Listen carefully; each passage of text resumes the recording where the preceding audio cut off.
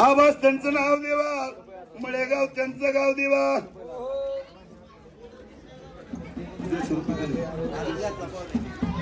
हे देवा माझ्या लहानपणच्या दोस्तांना आनंद म्हटलंय म्हणाला.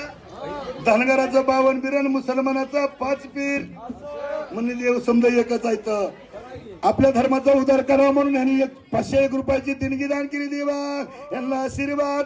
पीर मी पीर सैलानी आणि पीर मी पीर सैलानी